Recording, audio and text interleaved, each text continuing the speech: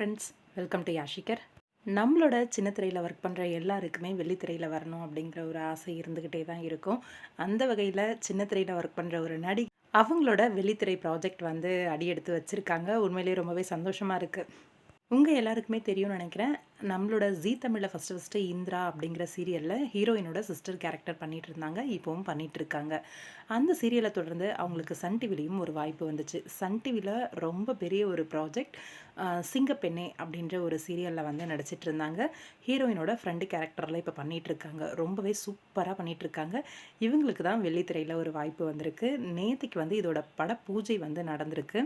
குழந்தை நட்சத்திரமா நம்ம பார்த்துக்கிட்டு இருக்க மகேந்திரன் உங்கள் எல்லாருக்குமே தெரியும்னு நினைக்கிறேன். குழந்தை நட்சத்திரமா நம்ம எல்லாருமே பார்த்துட்டு இருந்த மகேந்திரன் உங்கள் எல்லாருக்குமே தெரியும். அவர் தான் இந்த மூவியில் வந்து ஹீரோவாக பண்ணுறாரு. அவருக்கு பேரா ஹீரோயினாக வந்து நம்மளோட ஜீவி இவங்க தான் பண்ணுறாங்க. சிங்கப்பெண்ணை சீரியலில் இப்போ கரண்ட்டாக நடிச்சிட்டு இருக்காங்க இந்திரா சிங்கப்பெண்ணை. அந்த படத்தோட பூஜை வந்து நேற்றுக்கு நடந்துச்சு இல்லையா, அதோட பிக்ஸ் எல்லாம் வந்து ஷேர் பண்ணியிருக்காங்க. ரொம்பவே சந்தோஷமாக இருக்குது.